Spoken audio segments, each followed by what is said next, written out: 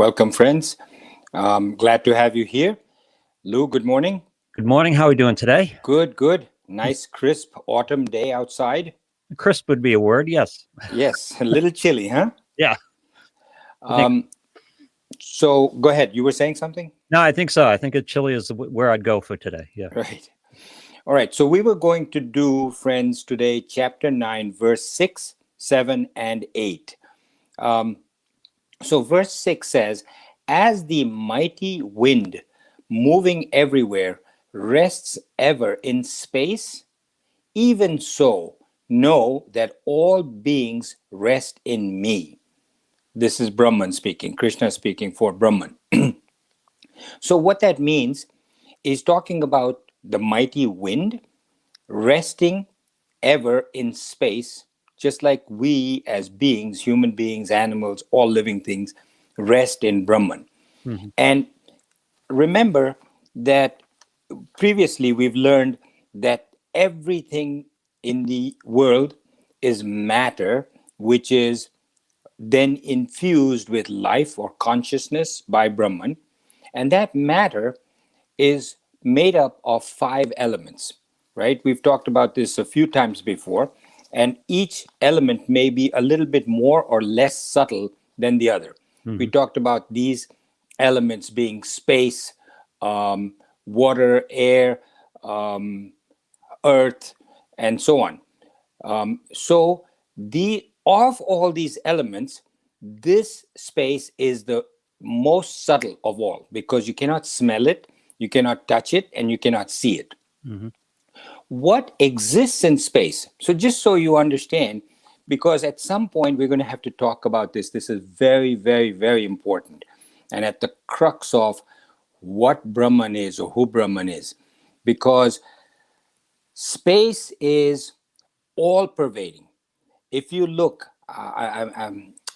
the distance, it's incredible. We say the world is 4.32 billion years old. The universe is like 13 billion years old. And we say the distance from here to if there is an end, there's no end. But Right. the distance of the universe is measured in light years. Does everybody know what a light year is? The distance that it takes for light to travel, if you were to let light travel in 1 year, where would it reach? That's considered 1 light year. I mean, Right. look how fast light travels. And if you let it travel for 1 whole year, where would it reach? The universe, as far as they know, goes on till infinity, but they've measured it in the terms of like 43 billion light years that Wow. they know. So you can imagine how vast this universe is. And that's all Brahman. That Brahman recognize that space means the distance between one thing and another thing. Whatever is in the middle is space. It has no quality. You can't touch it. You can't see it. You can't feel. Just like consciousness in our minds.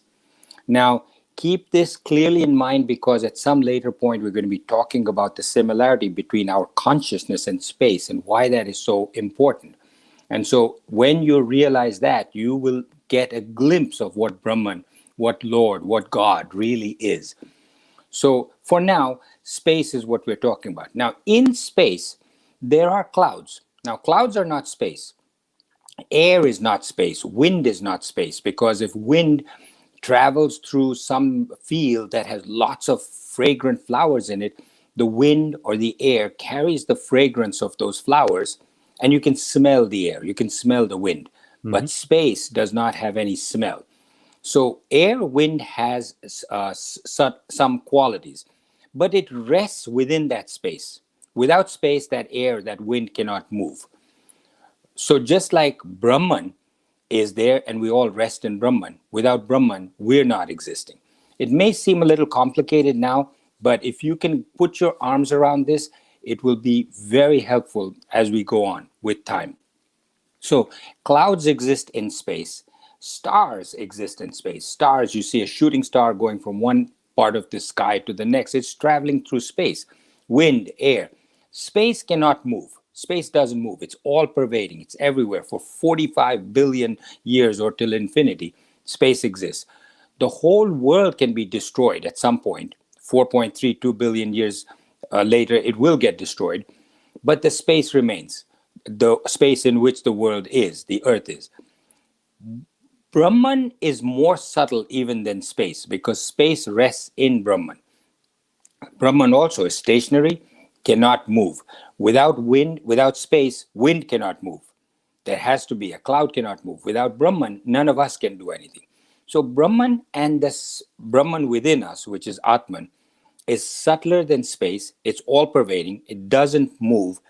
And everything that does move, that lives, is inside Brahman. The body moves, Hmm. right? The Yep. mind and intellect moves. After our death, it moves on to the next body. Atman is stationary. So we often misconceive the Atman as moving out of the body like a soul. That's not true. Right. Atman is inside us and outside us is Brahman, like a pot, a earthen clay pot that you dip inside the ocean. There's water on the outside of the pot, water on the inside of the pot. It's just that the walls of the pot make it seem as if there's a difference between the two waters, but it's really the same. Similarly, our body has Brahman inside us. It's just called Atman, but it's the same. Outside is Brahman, and Brahman is everywhere, including in non-animate, inanimate objects, as well as living objects. So, in essence, Brahman is like a movie screen. One analogy I think that I told you way back when that I heard from a Swami on YouTube was that of a white screen on which a movie is projected. Right. The screen is motionless, it doesn't move, it doesn't have any qualities other than being white, but the screen remains the same throughout the movie. The movie could have violence in it, laughter in it, comedy on it, colors, but the screen doesn't move and has no qualities to give to the movie. But without the screen, the movie cannot exist. So that's really this verse, which is verse number 6. As the mighty wind moving everywhere rests ever in space, ever even so know that all beings rest in me. So I hope that's clear, my friends. And the next verse, which is verse 7, says, at the end of a kalpa, I'll explain what a kalpa is. At the end of a kalpa, all beings enter my prakriti or nature. At the beginning of a kalpa, I bring these beings forth again.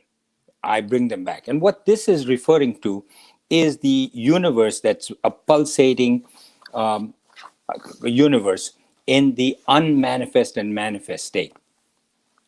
So just like we go to sleep at night and wake up in the morning, at night when we go to sleep, we're unmanifest, our personality is unmanifest. When we wake up, our personality is manifest. Similarly, the Gita says that the whole universe, Brahman, becomes unmanifest and manifest, goes to sleep and wakes up. That period of time, just like we say, we go to sleep for 8 hours, we're awake for the rest of the time. Brahman sleeps for 4.32 billion years and wakes up for 4.32 billion years. When he goes to sleep, everything comes into one small little dot. Everything comes back into him. And that takes half of that time, 4.32 billion years. And at the end of that time, when it's time for him to wake up or become manifest, he explodes from that dot, and it takes 4.32, sorry, half of 4.32 billion years for it to keep expanding. And then at the end of that time, it starts to coalesce again and come back into that thing. So it's expanding and contracting the whole time. This is known, what we call it, cosmic evolution and dissolution. So our Earth is 4.5 billion years old. So we don't know exactly when this thing happened, but our universe is 13.5 billion years. And the distance of the universe, as I said before, is like 46.5 billion light years. And that even then is, we don't know how much further it goes because it supposedly goes on till infinity. So the night and day of Brahman is every 4.32 billion terrestrial years. These are years measured in Earth's time. Right. So the dot, from a dot comes a big bang, it's expanded. Then the dark kalpa, that's what he calls it, a kalpa, from the expanded manifest universe, it comes back to a single dot. Just like us, we are manifest during the day. You are unmanifest at night, but you're still your own original personality even when you're sleeping, right? You're in the seed form, in the vasana form. That vasana is asleep. That's your prakriti. That's your nature. So imagine that you are a comedian or a musician or an artist, and all day you're making jokes, or as a comedian, or playing music, or drawing, or painting. That's your manifest form. When you go to sleep, you're still the musician, you're still the artist, you're still the comedian. It's just that you're not telling jokes while you're sleeping. Right. You're in your unmanifest form, and you're in your seed form. So, what this is talking about is that when Brahman coalesces into that little dot, all the beings, all the life, all the planets, everything is still there in its seed form, its unmanifest form. And at a certain point, it'll explode and come back. They say that we've had many, many, many, many more universes than the universe that we are in now. Goes on for many. And this is complicated because at some point you say, well, when did it start? That's a very interesting question. How did it start? How many lives have we had? How many universes have there been before? Very, very Right. interesting questions. And there's answers in the scriptures for all of this. It's just very difficult to comprehend because at some point you're saying, listen, this is like a dream. This is all just imagination. This is all just plain consciousness. And that's when you're really getting your finger on the answer. So, last verse, which is verse 8, animating my own prakriti or my nature, I bring forth again and again all this multitude of beings helplessly just by the force of my prakriti. Meaning, at some point we will see, maybe in the next lecture, that we all think that every action has a reaction. Every action that we do, every karma, has a phala or a fruit or a result. So you say, okay, well, Brahman is producing all these beings. He explodes from the Big Bang, and planets came out, and human beings came out, and animals came out. So that's an action. What's the result to him? He says, no, there's no result of this because it helplessly comes out from my prakriti, my nature, just like the sun produces heat and light. That's its nature. You can't say, well, what result is this karma going to have? Just like a nightingale or a bird sings and songs come out of its throat, there's no result to its nature. That's what it does. Right. So I bring forth all the beings. When the kalpa originates from a dot to a big bang, that's the beginning of a kalpa. I, Brahman, bring forth all the beings, means Brahman enlivens the matter. It comes out in the form of all these five elements: earth, air, water, fire, space. And then Brahman enlivens the matter. And all of this goes on infinitely in terms of a cycle of creation and dissolution, creation and destruction. And as long as the vasanas are there within us, as long as our karmas are there, they will keep manifesting without consciousness or life or Brahman. The vasanas are unmanifest. So when you're sleeping, for instance, you may not have the thought or the desire of something when you're in deep sleep. Right. In the dream state, you might have desire. So the way it works, very, very important for us to know, is there's first a vasana, which is the underlying seed, the desire. That underlying seed vasana creates a thought. This is important. I'm sorry if I've not mentioned this before. I may have. But it's very important for you to listen to, friends. That vasana then, which is inborn in you, has come to you from previous lives. Some people have a great vasana for, say, lust. Other people have a great vasana for money. Other people have great vasana for beauty, want to be more and more beautiful. They could care less about power or fame. Now, that vasana is in an unmanifest form when you're in deep sleep. When you go into the dream state, it might start to produce itself, and then a thought occurs in the dream, a small little thought. It's like a small rivulet starting in the mountains in the Himalayas. And as it starts trickling down, this thought, if you allow it to proceed, it starts picking up other thoughts and says, you know what? I could do this, I could do this, I could get this thing, this object of my desire. And it becomes a small little stream. That stream then becomes a bigger stream, bigger stream. All these thoughts then produce bigger and bigger thoughts until it becomes an obsession.